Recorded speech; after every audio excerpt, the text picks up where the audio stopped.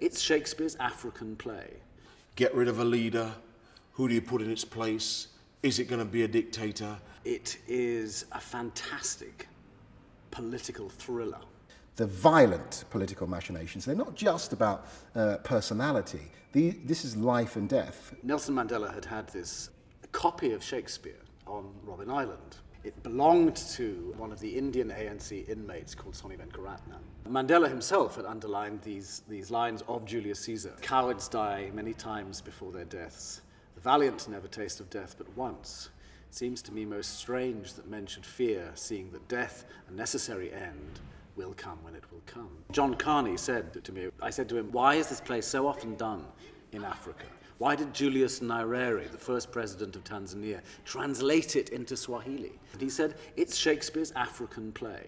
That really struck a chord with me. It made me think of how the play had resonated for Mandela, how the play must have said something to Julius Nyerere. Countries all over Africa from the late 50s, early 60s were getting rid of the yoke of the colonial rule, gaining independence, and how that independence led people to seize power on certain occasions or pull power to themselves in one-party states, how frequently those dictators were overthrown, how the regime change turned often into civil war. Most politics happen over a very long sweep of history, particularly in the West.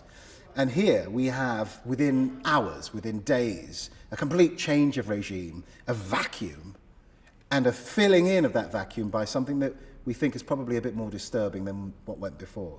We don't get to see that play out, but we get an idea that I come to beg Caesar, not to praise him. You go to Julius Caesar, and the one thing you know is that Julius Caesar is going to be assassinated. It's probably the single most famous event of the ancient world. And I had always been intrigued by how it seemed like the second half was a dying fall. This stayed with me, this kind of ate at my innards a bit, and I needed to find a way in which somehow the second half would be the climax, not the anticlimax. Watching the Arab Spring unfold, the question was not were they going to get rid of Gaddafi, say. The question was what would replace Gaddafi? What happens next? In Libya, in Tunisia, in Syria, what happens next? And so that gave us a completely different focus to the second half of the play. the other thing that we get that you can't get from a Western setting is the sense that the crowd rules. That if the crowd decides they're going to go out and they're going to tear down the objects of power, they're going to turn down the buildings of power, they can do that. Romans. And they have the power to do that. Whereas I don't think we really have that in the West. We can smash a few windows and we can, get a few trainers.